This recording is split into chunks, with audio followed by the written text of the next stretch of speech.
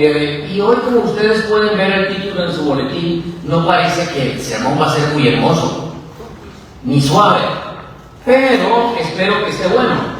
Y sobre todo, que nos revele aspectos importantes de la fe que necesitamos llegar a conocer.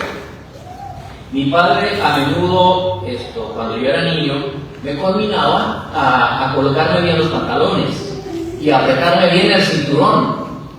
Y es más o menos lo que hoy tengo que hacer con la presentación del tema, el mensaje que voy a presentar y traer hoy a ustedes. Ustedes ya vieron el título, ¿cierto? ¿Ya lo vieron en el boletín? Jesús, el disidente. Ya hace varios meses que tenía ese tema en mente, pero casi que me arrepiento de traerlo, de presentarlo. Ya incluso le había dicho por ahí a un hermano y a su esposa, que me alegró ver los sueños, están por aquí, que había dicho, voy a presentar un tema titulado Jesús el disidente. Y esa persona me dijo, bueno, pastor, cuando lo voy a presentar, invíteme que yo vengo. Pero el Señor está aquí. Nuestro tema central en la palabra del Señor se encuentra en San Juan 1:11. San Juan 1:11. Abran sus Biblias, por favor. San Juan 1:11. Los que tienen su celular y tienen ahí su Biblia, y los que no han descargado su Biblia en el celular, descárguenla porque la necesitan para donde vayan. Ahí la tienen, San Juan 1:11. Es un texto muy corto. Dice, a los suyos vino y los suyos no le recibieron. A los suyos vino y los suyos no le recibieron. Y la pregunta es, ¿por qué? Siempre que uno encuentra una declaración como esta, tiene que preguntarse por qué los suyos, o sea, el pueblo de Dios, su iglesia, no aceptó al Señor cuando Él vino. Y para eso tenemos que estudiar un poco la historia de Israel, del pueblo de Israel. Vamos a ir a Hebreos 3:9. Hebreos 3:9. Dice el apóstol Pablo que en el desierto, donde me tentaron vuestros padres, me probaron y vieron mis obras 40 años. Versículo 10 de Hebreos 3:10. A causa de lo cual me disgusté con aquella generación y dije, siempre divagan ellos de corazón y no han conocido mis caminos. Así que juré yo en mi ira, no entrarán en mi reposo. El apóstol Pablo relata la historia de Israel, que durante 40 años, cuando el Señor los sacó de Egipto y en la ruta a Canaán, el Señor podía haberlo llevado a través de la ruta más corta a Egipto, de Egipto a Canaán, y hubieran gastado solamente 11 días. Pero el Señor tuvo que llevarlos al desierto porque no estaban preparados para entrar en Canaán. No estaban preparados para entrar en Canaán. Entonces tuvo que llevarlos al desierto. Pero en el desierto, dice la Escritura que Israel tentó al Señor muchas veces y Él estuvo disgustado con la nación durante 40 años. Y el Señor dijo, no entienden mis caminos, no conocen, no quieren conocer la verdad, no quieren andar por el camino del Señor. Y el Señor dijo, así que juré en mi ira que no entrarán en mi reposo. Este texto realmente resume lo que fue la vida y la experiencia del pueblo de Dios, de lo que fue la experiencia de la niña de los ojos de Dios, lo que fue la experiencia del tesoro de Dios. El Señor le ha dicho a Israel, tú me serás especial tesoro, tú eres santo para mí, tú eres un pueblo especial. Bienvenido, José, qué bueno verte, cuánto me da alegría. Así que el pueblo desde el comienzo no caminaba como Dios realmente le decía que caminara. Era un pueblo rebelde. Somos un poquito rebeldes nosotros también, ¿no? ¿Cierto? Piense cada uno en sí mismo, ahora en este momento, inclusive las personas que vienen por primera vez, a veces son un poquito rebeldes también con Dios, ¿no? Hacen lo que usted les provoca, pero no lo que Dios quiere. Y entonces no entraron al reposo del Señor.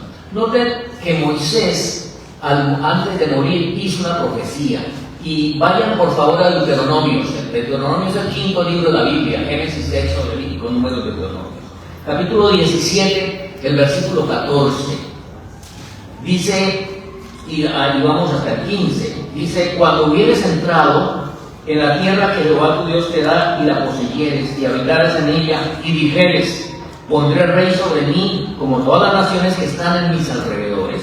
Versículo 15: sin duda pondrás por rey sobre ti al que Jehová tu Dios escogiere de entre los hermanos, pondrá rey sobre ti. No podrás poner sobre ti hombre extranjero que no sea tu hermano. El pueblo de Israel, Dios lo había escogido para ser el pueblo de Él, donde Dios debería ser su rey. Pero aquí Moisés, él sabía que iba a morir y lo que iba a pasar, el Señor le mostró lo que iba a pasar y ya le dijo: mire, ustedes prontico van a pedir rey porque ustedes quieren ser como las demás naciones, ustedes quieren asemejarse a lo que hay por allá afuera. Vamos a ir al capítulo 31 y los versículos 26 al 29. Versículo de Deuteronomio 31, 26 al 29. Dice: Moisés les dijo: tomad este libro de la ley y ponedlo al lado del arca del pacto de Jehová vuestro Dios, y esté allí por testigo contra ti. Versículo 27: porque yo conozco tu rebelión y tu dura cerviz, duro de cuello, ¿no? Dura cerviz. He aquí que aún viviendo yo hoy con vosotros, sois rebeldes a Jehová. ¿Cuánto más después que yo haya muerto? Versículo 28: congregad a mí todos los ancianos de vuestras tribus y a vuestros oficiales, y hablaré a sus oídos estas palabras, y llamaré como testigos contra ellos al cielo y a la tierra. Versículo 29: porque yo sé que después de mi muerte ciertamente os corromperéis y os apartaréis del camino que os he mandado, y que os ha de venir mal en los postreros días por haber hecho mal ante los ojos de Jehová, enojándole con la obra de vuestras manos. Tremenda profecía de Moisés. Figúrense ustedes que un padre que sabe que va a morir y tiene una cantidad de hijos, ¿no? Tiene 8 o 10 hijos ahí, y los reúne. Y todos ellos son tremenditos. Y el padre ya los ha analizado y dice: uy, estos muchachos míos ahorita me respetan porque todavía estoy vivo, pero yo sé que después de que yo muera, esto va a ser el caos. Y eso fue lo que pasó con Moisés, el siervo de Dios, el profeta del Señor. Porque yo sé que después de mi muerte ciertamente os corromperéis y os apartaréis del camino que os he mandado, y que os ha de venir mal en los postreros días por haber hecho mal ante los ojos de Jehová, enojándoles con la obra de vuestras manos. Ahora, dicho y hecho, si ustedes van a 1 Samuel 8, 5 al 9, ustedes inmediatamente empiezan a ver que se empiezan a cumplir las palabras, la profecía que Moisés les dijo. 1 Samuel 8, 5 dice: y le dijeron, unos cuantos años después, quizás Samuel posiblemente, no miré cuántos años después de Moisés se levantó Samuel, fue uno de los jueces, así que por lo menos 100 o 200 años después. Dice Samuel 8:5: y le dijeron: he aquí tú has envejecido y tus hijos no van por tus caminos, por tanto constitúyenos ahora un rey que nos juzgue como todas las demás naciones. Versículo 6: pero les agradó a Samuel esta palabra que dijeron: danos ahora un rey que nos juzgue. Y Samuel oró a Jehová. Versículo 7, 1 Samuel 8:7: y dijo Jehová a Samuel: oye la voz del pueblo en todo lo que te dijeren, porque no te han desechado a ti, sino a mí me han desechado, para que no reinen sobre ellos, conforme a todas las obras que han hecho desde el día que los saqué de Egipto hasta hoy, que me han dejado y han servido a dioses ajenos, así hacen también contigo. Terrible, ¿verdad? Terrible. Oye la voz del pueblo, déjalos que hagan lo que quieren. No te están desechando a ti, te están desechando a mí. Yo quería ser el rey de ellos, quería ser su Dios, pero ahora quiere un rey como las demás naciones. Ahora, pasemos de ahí. Eso fue como Israel salió en el siglo XIII antes de Cristo. Ahora pasemos al siglo IX antes de Cristo, 4 siglos después, en el tiempo de Elías. Fue un tiempo de total apostasía del pueblo de Dios. Y Elías, después de que destruyó en el monte Carmelo los profetas de Baal y que Jezabel, la esposa de Acab, lo sentenció y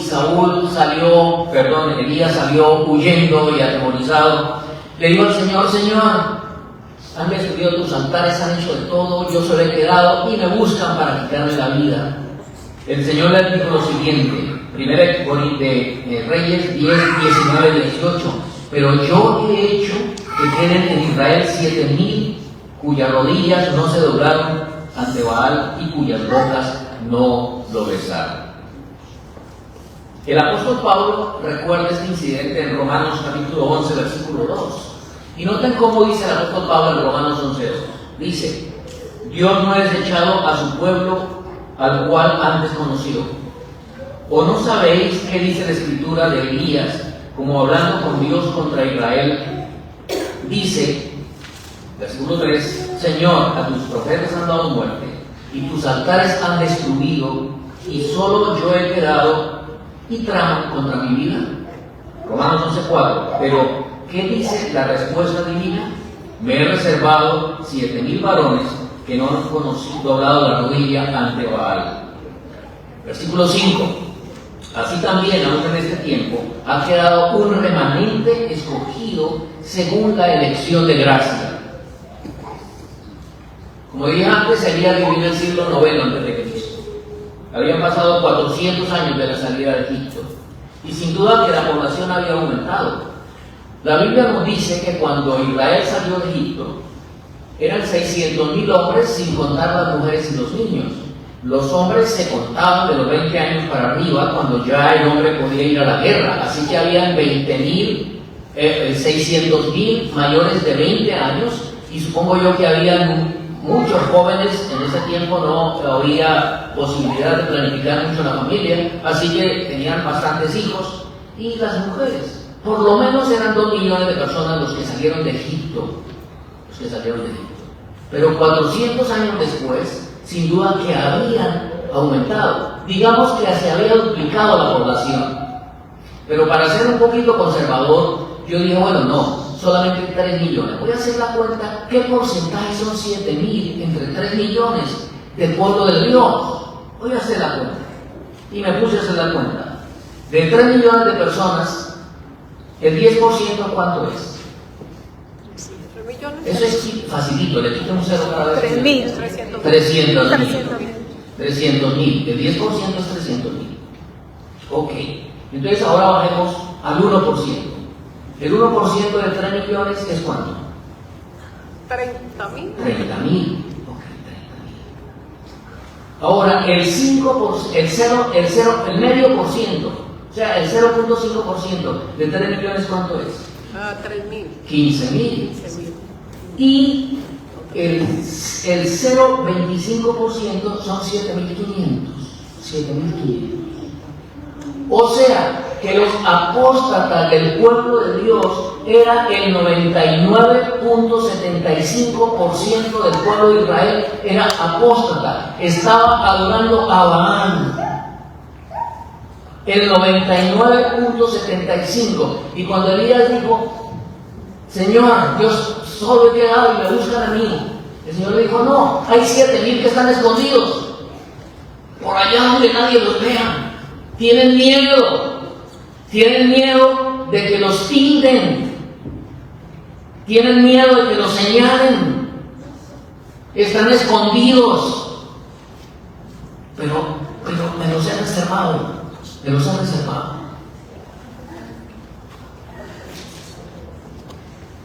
Por eso es que San Juan, cuando escribe San Juan, en el capítulo 1, versículo 11, dice, a lo suyo vino y los suyos no le recibieron.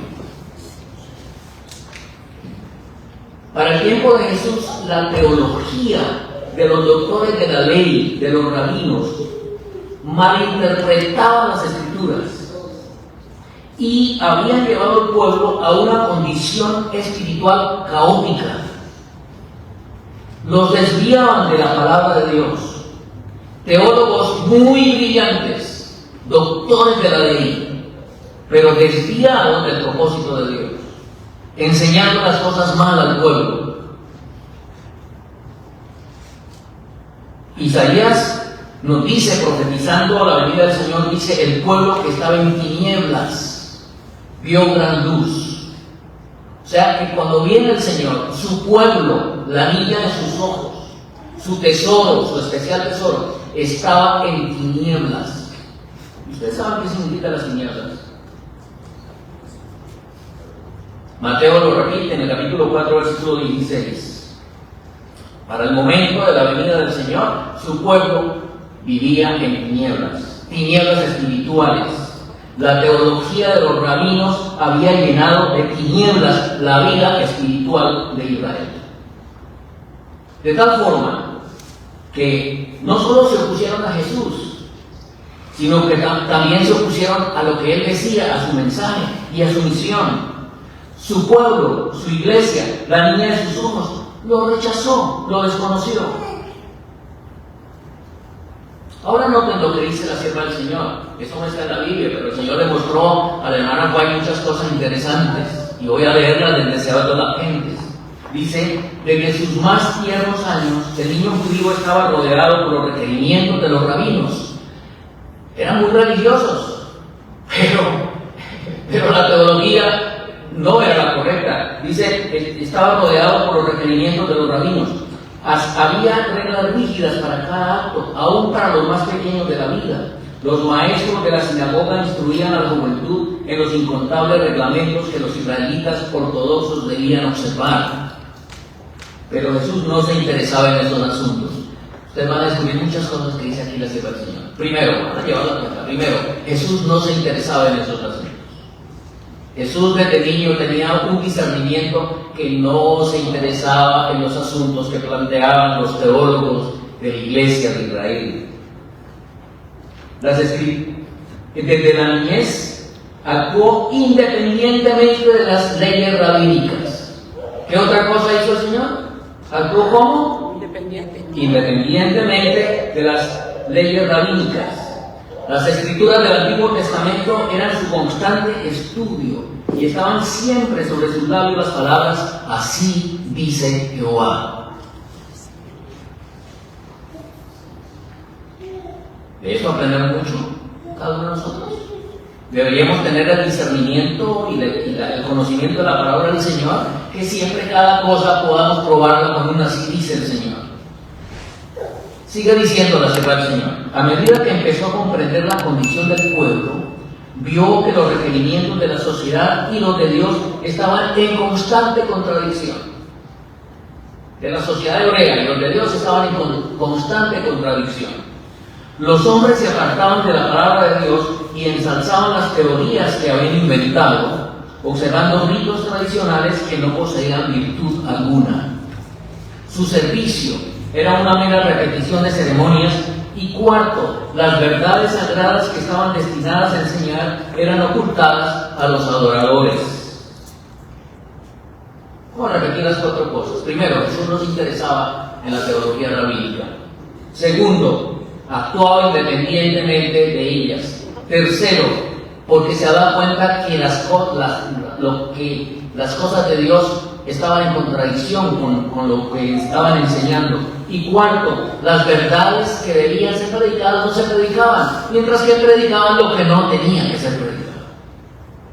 Quinto, su servicio, dice, y no podía sancionar la mezcla de los requerimientos humanos con los preceptos divinos. Así que había una mezcla entre las cosas de ellos, una amalgama entre los principios humanos y los principios divinos, y el Señor no podía estar de acuerdo. Él no atacaba los preceptos ni las prácticas de los sabios maestros, pero cuando se le reprendía por sus propias costumbres sencillas, presentaba la palabra de Dios en justificación de su conducta. Muy interesante. ¿Por qué tú actúas así? Pues porque esto es lo que dice el Señor. Pues ese era Jesús, ¿verdad? Le instaban a recibir las máximas y tradiciones que habían sido transmitidas desde los antiguos rabinos, pero él pedía verlas autorizadas en la Santa Escritura. Vamos en el 6. Estaba dispuesto a ejecutar toda palabra que procede de la boca de Dios, pero no podía obedecer a lo inventado por los hombres. 7. Jesús parecía conocer las Escrituras desde el principio al fin y las presentaba en su verdadero significado. Los rabinos se avergonzaban de ser instruidos por un niño. 9. Sostenían que incumbía a ellos explicar las Escrituras y que a él le tocaba aceptar su interpretación. 10. Se indignaban porque él se oponía a su palabra. Se daban cuenta de que en comprensión espiritual Jesús lo superaba por mucho. Sin embargo, 11. Se airaban porque no obedecía sus dictados. No pudiendo convencerle, buscaron a José y a María, y 12. Le presentaron su actitud disidente. Así sufrió él reprensión y censura. Como Jesús les pidió una, así dice el Señor. Como el Señor les presentó lo que él creía y no estaba de acuerdo con ellos, entonces dijeron, este es un disidente. Les presentaron su actitud disidente a José y a María. En una edad muy temprana, Jesús había empezado a obrar por su cuenta en la formación de su carácter y ni siquiera el respeto y el amor por sus padres podían apartarlo de la obediencia de la palabra de Dios. La declaración escrito está constituía su razón por todo acto que difería de las costumbres familiares. Así que en la familia el Señor también tuvo problema con las costumbres que tenía la familia de José y María. Pero la influencia de los rabinos le amargaba la vida. Aún en su juventud tuvo que aprender la dura lección del silencio y la paciente tolerancia. Conflicto de los siglos, capítulo titulado Días de conflicto. Ahora hay otro párrafo que me llamó mucho la atención. Dice, María hablaba con frecuencia con Jesús y le instaba a conformarse a las costumbres de los rabinos. Ay, mi hijito, por favor, mira que estamos en problemas, nos miran feo, nos miran mal, vamos a la sinagoga y vemos a la gente que, mi hijito, por favor, tómalo suave. Instaba, María hablaba con frecuencia con Jesús y le instaba a conformarse a las costumbres de los rabinos, pero no podía persuadirle a cambiar sus hábitos de contemplar las obras de Dios y tratar de aliviar el sufrimiento de los hombres y aún de los animales. Cuando los sacerdotes y maestros pedían la ayuda de María para dominar a Jesús, ella se sentía muy afligida, pero su corazón se apaciguaba cuando él presentaba las declaraciones de la Escritura que sostenían sus prácticas. Ay, María, descansar. Ay, hijito, bueno, ¿qué puedo hacer? ¿Qué puedo hacer? Tienes razón, hijo. Pero ¿qué problema, no? ¿Qué problema? El Señor llega a su vida adulta y comenzó su ministerio en Galilea y luego fue a Nazaret. Y dice el versículo 16 de Lucas capítulo 4, y vino a Nazaret donde había sido criado y entró conforme a la sinagoga, como era conforme a su costumbre a la sinagoga en el día del sábado, y se levantó a leer. Y dice la Escritura que le fue dado el rollo del profeta Isaías y empezó a leer. Y él empezó a leer los textos que dicen de Isaías: el Espíritu del Señor está sobre mí, porque me ungió el Señor para dar buenas nuevas a los pobres, me ha enviado a sanar a los quebrantados de corazón, a pregonar libertad a los cautivos y a los ciegos vista, a proclamar el año agradable del Señor.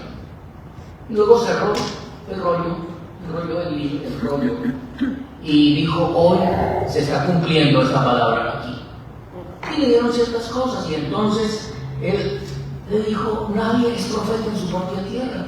Recuerden que en los tiempos de Elías fue enviado a la ayuda de Sarepta, el mejor pueblo, y en los días de cuando se sanó el leproso, los días de Elías de acá, también fue enviado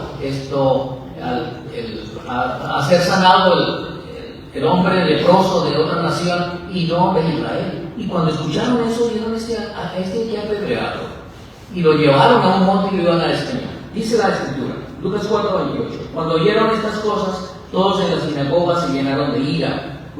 Lucas 4:29, y levantándose le echaron fuera de la ciudad y llevaron hasta la cumbre del monte sobre el cual la ciudad de ellos estaba edificada para despeñarle. Versículo 30, pero él pasando por el medio de ellos se fue. Fue iniciando su ministerio y ya el pueblo empezó a rechazar al Señor. Lucas 6:7, y le acechaban los escribas y los fariseos si sanaría en sábado para hallar de qué acusarle.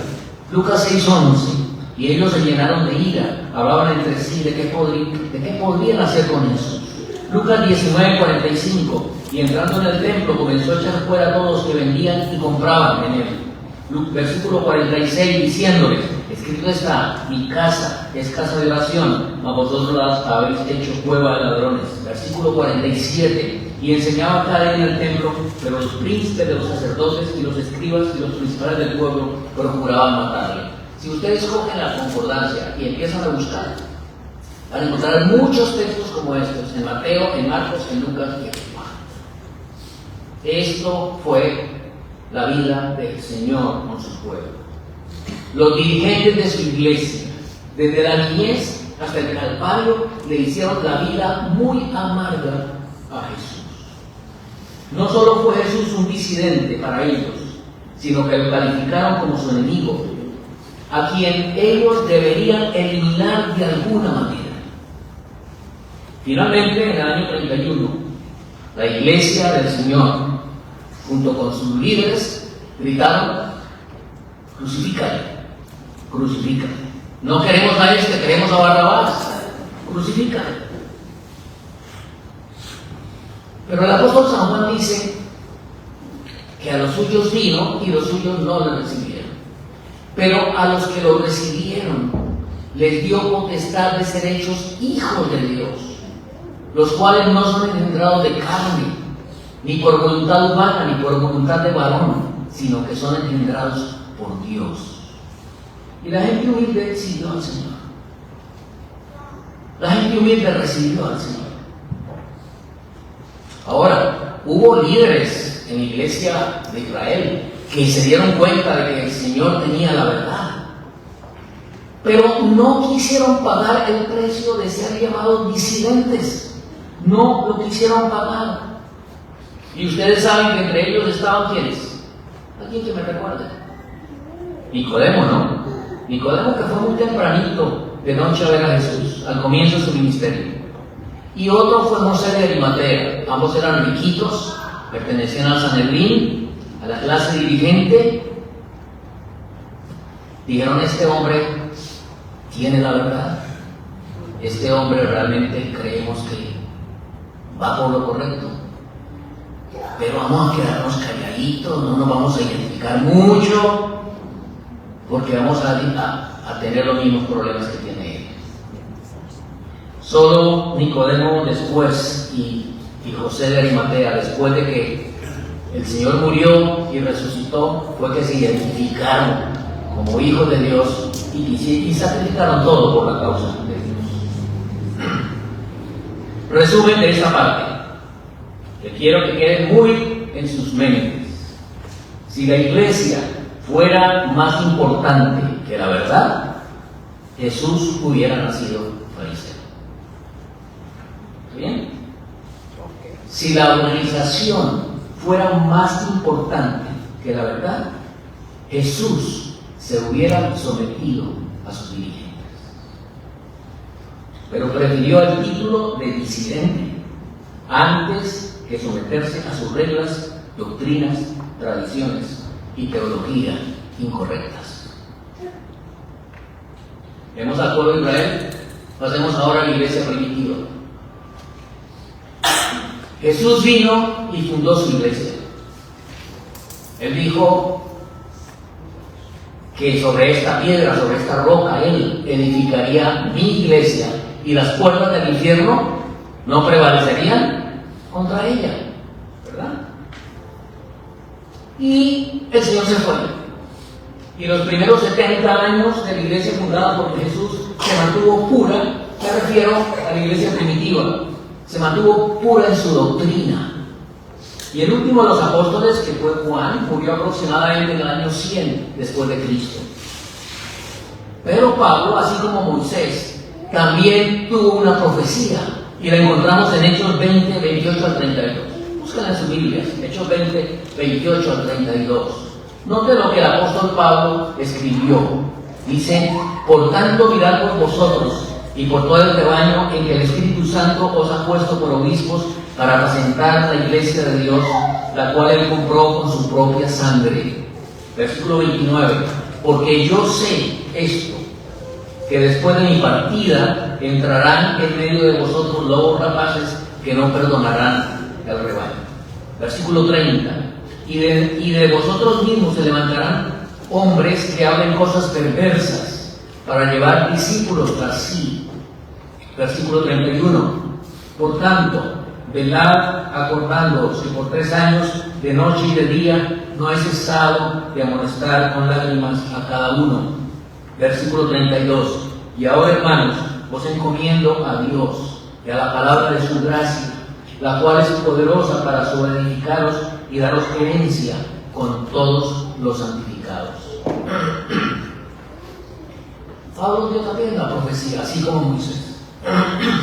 Y en 2 Tesalonicenses,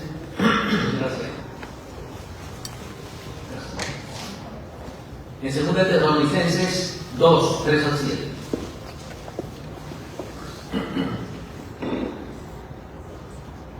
Segunda de Tesalonicenses 2, 3 al 7. Dice: nadie os engañe de ninguna manera, porque no vendrá sin que antes venga la apostasía y sea revelado el hombre de pecado, el hijo de perdición, el cual se opone y se exalta contra todo lo que llama Dios o es adorado, tanto que como Dios se sienta en el templo de Dios, haciéndose pasar por Dios. ¿No os acordáis que cuando estaba con vosotros os decía esto? Versículo 6. Y ahora vosotros sabéis lo que lo detiene, para que sea revelado en su tiempo. Porque el misterio de iniquidad ya opera, solo espera hasta que se ha quitado del medio el que ahora lo detiene. Otra profecía del apóstol Pablo, ¿verdad? Que sencillamente él iba a entrar a la iglesia. Satanás, que siempre está al acecho, pues sencillamente es su trabajo apartar al pueblo de Dios de los principios que el Señor quiere establecer. Ahora, muy rapidito, la iglesia que Cristo fundó, la iglesia primitiva, se convirtió en el pueblo de Él. Vamos a ver cómo fue más o menos ese proceso. Noten lo que dice Daniel 7:25. Ustedes todos adventistas lo saben de memoria. Y hablará palabras contra el Altísimo y a los santos del Altísimo, quebrantará y pensará en cambiar los tiempos y la ley, y entregados serán en su mano hasta tiempo, el tiempo y la mitad del tiempo. Es la profecía de Daniel. Esto fue un cambio, bueno, y quiero decir algo. Nosotros, como adventistas, le hemos dado mucho énfasis al cambio de la ley en nuestras predicaciones, ¿cierto? Cuando hablamos de Daniel 7:25, pero hemos hablado poco de los tiempos, que el cuerno pequeño no solamente cambió la ley de Dios, sino que cambió los tiempos.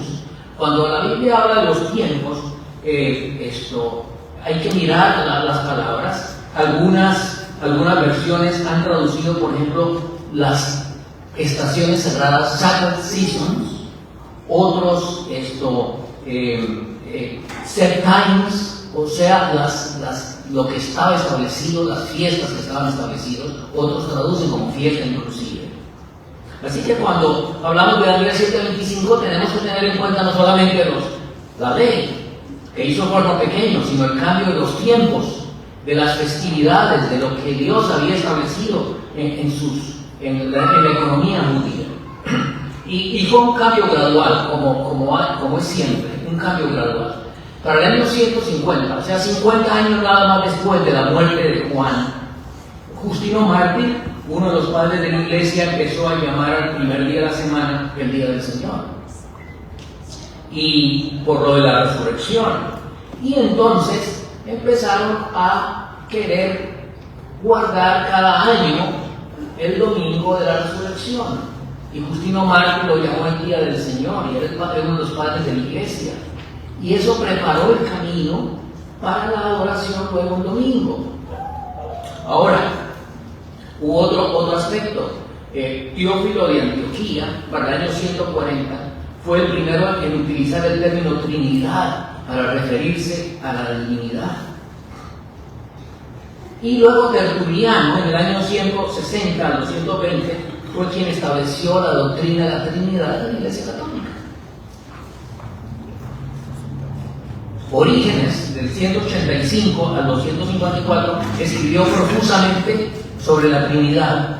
Y finalmente, la Iglesia, en el Concilio de Nicea, en el año 325, bajo la dirección de Constantino, estableció la doctrina de la Trinidad. El término Trinidad no es bíblico, no está en la Biblia. Los apóstoles nunca lo utilizaron. Esta palabra Jesús tampoco la utilizó. Fue 140 años, 40 años después de que murió el último de los apóstoles, 90 años después de que el Señor subió al cielo, que empezó a cambiar la doctrina establecida por el Señor. Ahora, el emperador Constantino oficialmente instituyó el domingo como el día de descanso, el 7 de marzo del año 321 después de Cristo, y en esta declaración, es conocida como la declaración del domingo, se estableció para que fuera el venerable día del sol. Así que Constantino, cuando dio su decreto el 7 de marzo, dijo: cierren sus negocios, cierren las cosas en el venerable día del sol. No dijo en el venerable día del Señor, Constantino dijo en el venerable día del sol. Pero muy poquito después, 4 años después, en el concilio de Nicea, celebrado en 325, la Iglesia cristiana confirmó el domingo como el día del descanso y culto para los cristianos. Entonces, se hizo esa unión del día del sol con el descanso para los cristianos. Pero la Escritura no dice que el cuerno pequeño solo iba a cambiar la ley, sino también iba a cambiar los tiempos sagrados, sacred times o set time, los que ya estaban establecidos. Los tiempos, las fiestas. Alrededor del año 221 después de Cristo, Sextus Julius Africanus, un historiador cristiano, popularizó la fecha del nacimiento de Cristo el 25 de diciembre. Esa fecha coincidía con la festividad romana del Sol Invictus, que celebraba el solsticio de invierno y el renacimiento del Sol según la historia. Y entonces la celebración de la Navidad del 25 de diciembre fue adaptada para cristianizar esa festividad pagana. Entonces, por un lado, la Iglesia dice: no, vamos a cristianizar el domingo, que es el día del sol, vamos a cristianizar. Y como este otro señor, Sextus Julio, dijo: el 25 de diciembre, ok, nació Tamuz, pero vamos a cristianizarlo. Vamos a cristianizarlo. Así que el culto al sol es el mitraísmo, que fue establecido por Nimrod, por Semíramis y por Tamuz. Y sabemos una larga historia de eso, que Tamuz nació el 25 de diciembre, el día del Sol Invictus. Yo le he dicho muchas veces ya eso. Y entonces, oh maravilla de maravillas, el cuerno pequeño cristianizó las dos fiestas. El domingo, el día del sol, y el nacimiento y el nacimiento del originador del culto al sol. ¿Cuál es la diferencia? ¿Cuál es la diferencia? ¿Por qué los cristianos hoy celebran el 25 de diciembre? ¿Cuál es la diferencia entre cristianizar el domingo como el día del sol y cristianizar la Navidad como el día del nacimiento de Cristo, cuando quien nació fue Tammuz? ¿Cuál es la diferencia? En diciembre, Tammuz se viste de ángel de luz. En diciembre se pone la ropa del niño de Belén y engaña a todo el mundo, incluido a nosotros. Pero decimos que no. La hermana Juay habló del arbolito que agradaría al Señor si se colgaran de las ofrendas para las casas de culto. Indagué la palabra agradaría. La palabra agradaría, yo dije que es un tema fuerte, no hay modo que lo haga fuerte. La palabra agradaría está en condicional simple, o también conocida como tiempo potencial simple. Este tiempo gramatical se utiliza para expresar acciones que ocurrirían bajo ciertas condiciones o para expresar deseos y solicitudes de una manera más cortés. Y entonces pregunté, bueno, ¿pero agradaría también denota duda? Y la respuesta fue sí, efectivamente. El condicional simple, como en agradaría, puede denotar duda, posibilidad o incertidumbre. Este uso está presente en contextos donde se habla de situaciones hipotéticas o de alternativas no seguras. O sea, la sierva del Señor no estaba segura. No escribió, el Señor me mostró, o lo vi en visión. No, ni tampoco dijo, agrada al Señor, sino que dijo, agradaría. O sea, ella misma no sabía si agradaría o no al Señor. Ahora, si nosotros vamos a la Biblia, Deuteronomio 16:21, en adelante, vamos a leer ese versículo. Dice, no plantarás ningún árbol para cera cerca del altar de Jehová tu Dios, que tú te habrás hecho. Así lo traduce la Spanish Reina Valera Gómez. No plantarás ningún árbol para cera cerca del altar de Jehová tu Dios, que te habrás hecho. La versión en inglés dice, no, you shall not set up for yourself pillars of any trees which you made for yourself near the altar of Jehovah your God. O sea, no vas a levantar pilares de árboles que tú mismo haces o que tú mismo construyes o arreglas cerca del altar de Jehová tu Dios. Otra versión, Deuteronomio 16:21, no coloques un poste de acera ni ningún otro objeto similar al lado del altar del Señor tu Dios. Otra versión, Deuteronomio, no permitas ningún árbol sagrado de ninguna clase que sea plantado para el altar de Jehová tu Dios y que tú hagas.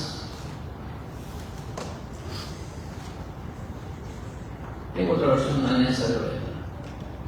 Cuando Dios habla claro, ¿por qué nosotros tenemos que dudar? ¿Por qué tenemos que pensar diferente? Yo no creo que sea necesaria ninguna aplicación ni ir a ningún otro comentario cuando las palabras del Señor están claras, están específicas. No necesitamos consultar con ninguna fuente adicional cuando lo que ha mandado el Señor Jehová se puede entender fácilmente. Pero la sierva del Señor sí sabía lo siguiente. Noten que en esto sí la sierva del Señor estaba bien clara. Dice, ella escribió, se dice que el 25 de diciembre es el día en que nació Jesucristo y la observancia de ese día se ha hecho costumbre popular. No estáis hablando aquí como muy generalmente. Sin embargo, no hay seguridad de que estemos guardando el día preciso en que nació nuestro Salvador. No estamos seguros. Claro, la hermana White dice no estamos seguros, ella en otras partes dice no nació en esa fecha porque era invierno y los pastores no podían estar afuera en el campo. Entonces ella dice, la historia no nos da pruebas ciertas de ello. La Biblia no señala la fecha exacta. Si el Señor hubiese considerado tal conocimiento como esencial para nuestra salvación, habría hablado de ello por sus profetas y apóstoles. ¿Cómo hubiera hablado? Por sus profetas y apóstoles, a fin de dejarnos enterados de todo el asunto. Por lo tanto, el silencio de las Escrituras al respecto nos parece evidencia de que no nos fue ocultado con el más sabio de los propósitos. Ahora, ¿por qué yo estoy tocando este punto aquí con Daniel 7:25? Porque es obvio que tenemos que tocarlo. Yo dije, bueno, no tengo el dinero, pero de pronto le pido prestado a alguien. Quiero darle un premio a que me encuentre en Mateo, Marcos, Lucas y Juan, los evangelios, la fecha, el día exacto del nacimiento del Señor. $10,000 al que lo encuentre. Lucas, mis hermanos, Lucas dice cuando escribió el evangelio que él hizo una investigación exhaustiva para dársela a excelentísimo Teófilo. Hizo una investigación exacta. ¿Y por qué Lucas pasó un evento tan importante por alto? ¿Por qué no escribió la fecha exacta cuando nació nuestro Señor Jesucristo? Porque la sierva del Señor menciona que el hecho de que el Señor ocultó la fecha y que no la dio ni a sus profetas ni a sus apóstoles fue porque la hizo con el propósito más sabio de los propósitos. En su sabiduría el Señor nos reveló el lugar donde había sepultado a Moisés, le enterró, luego le resucitó y lo llevó al cielo. Obró así en secreto para evitar la idolatría. Aquel contra quien se habían rebelado los israelitas mientras estaban en servicio activo, aquel a quien provocaron casi más allá de lo que podía soportar un ser humano, fue casi adorado como Dios después de la muerte, que la muerte los separó de ellos. Por el mismo motivo, Dios ocultó el día preciso en que nació Cristo, a fin de que ese día no recibiese el honor que debía darse a Cristo como Redentor del mundo, y el único que debía ser recibido y en quien se debía confiar para ser el único capaz de salvar. Hasta lo sumo a los que a él se llegan a él. La adoración del alma debe tributarse a Jesús como el Dios íntimo. Si Dios ocultó el día del nacimiento del Señor con el más importante de los propósitos, con el más sabio de los propósitos, para evitar que todo eso se convierta en una idolatría, ¿por qué entonces trata de ponerlo en evidencia? ¿Por qué queremos sacar a la luz algo que el Señor dijo que no le interesa? Él lo ocultó. Si el Señor lo ocultó, ¿por qué yo quiero hacer de ese día un día especial? Mis hermanos, los adventistas adoran a Dios. Sacan la excusa de hacer evangelismo. Y para hacer evangelismo, empiezan desde el Thanksgiving a adorar sus casas. Invierten miles de dólares en el adorno de las casas. Se visten de rojo y de verde las hermanas desde los tuétanos para adelante. Etcétera, etcétera, etcétera. Alistan regalos, alistan comidas y reciben hasta a Tamuz vestido del niño de Belén. Y no le enseñamos al pueblo que el mismo poder que cambió el santo día del Señor fue quien cambió los tiempos, introduciendo fiestas paganas dentro del cristianismo. Porque el versículo es el mismo. Daniel 7:25. Hay que enseñarlo completo, no solamente una parte. Hay que enseñarlo completo. Abran sus Biblias en Ezequiel 8, 13 y 14, porque hay un fenómeno muy importante. Yo prediqué sobre que Ezequiel 8 hace un tiempo atrás. Y cuando llegamos al versículo 13 y 14, ya hemos pasado por varias cosas de los ancianos de Israel, etc., en el santuario, dentro del santuario. Dice el versículo 13 de Ezequiel: me dijo después, vuélvete aún, verás abominaciones mayores que hacen estos. Versículo 14: y me llevó a la entrada de la puerta de la casa de Jehová, que está al norte, y aquí mujeres que estaban allí sentadas endechando a Tamuz. El Señor le mostró al profeta Ezequiel no solo lo que estaba sucediendo en su tiempo dentro del santuario, sino también lo que sucede en nuestro tiempo. Especialmente las hermanas les encanta la Navidad, especialmente las hermanas. Son las que más endechan a Dios. Son las que se vuelven, ¿qué diría yo?, muy fervorosas. ¿Y no le llama a usted la atención, mis hermanos, que hoy tanto el mundo pagano como el cristiano festejan el 25 de diciembre? Y no se dan cuenta que los mismos ateos también celebran el 25 de diciembre. Se ha completado una simbiosis, no simplemente una amalgama, una simbiosis entre el pueblo de Dios y el mundo y el paganismo. Ahora, ¿por qué digo que la simbiosis? Porque la simbiosis es una relación estrecha. Significa la palabra simbiosis, para explicarlo, es una relación estrecha y a menudo prolongada entre dos organismos de diferentes especies que interactúan de manera cercana. Esta relación puede ser beneficiosa para ambos. Cuando es beneficiosa para ambos, la simbiosis se llama mutualismo. Y cuando es beneficioso para una y neutra para el otro, se llama comensalismo. Y cuando es beneficiosa para el uno y perjudicial para el otro, se llama parasitismo. El 25 de diciembre le conviene a Tamuz y perjudica al pueblo de Dios. Esa simbiosis no es mutua de beneficio, es que beneficia a Tamuz y perjudica al pueblo de Dios. Otro concepto por el cual la iglesia de Dios llegó a ser el pueblo pequeño fue el concepto de iglesia.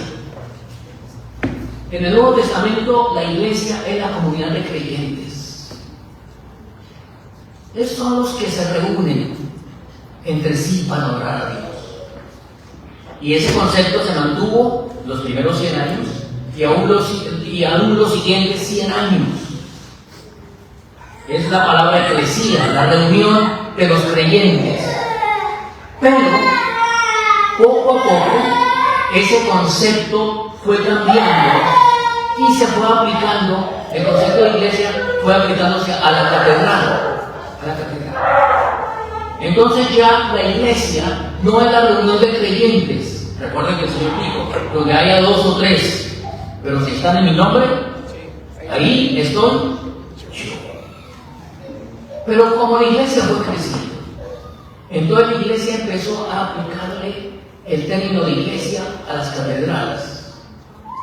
Y entonces fue el tiempo cuando surgieron las catedrales y Miguel Ángel y todos los demás artistas, etcétera, y el pueblo la institución empezó a sacarle el dinero al pueblo para construir grandes catedrales, porque era la iglesia, porque había que edificar el templo del Señor.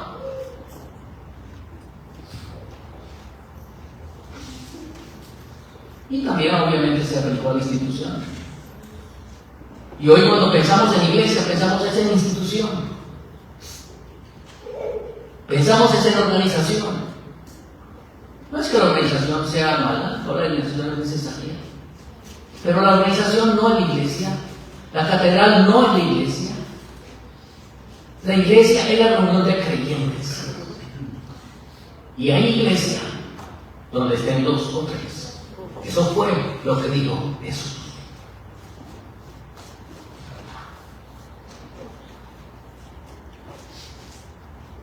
Y entonces el ministerio de iniquidad está obrando por diferentes. Con Justino Mártir, en el año 150, que llamarlo el domingo, el día del Señor, eso preparó el camino para el cambio del sábado domingo. Con Tertuliano, la cuestión de la Trinidad. Con Sisto Tulio Africanus, el 25 de diciembre. Y con la consolidación de la Iglesia como oficial y como institución. Y todo esto se concretó, mis hermanos, en el Concilio de Nicea, en el año 325, con Constantino a la cabeza.